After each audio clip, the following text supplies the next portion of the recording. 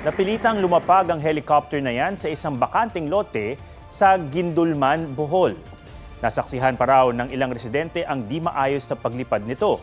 Nang makalapag, doon nadiskubring nahagip ang propeller ng PC ng saranggola.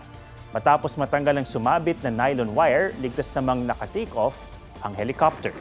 Hindi naman nasaktan ang dalawang pasahero at piloto nito.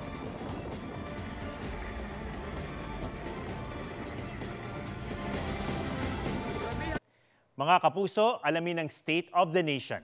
Mag-subscribe sa GMA Integrated News sa YouTube. Sa ating mga kapuso abroad, samahan niyo kami sa GMA Pinoy TV at sa www.gmanews.tv.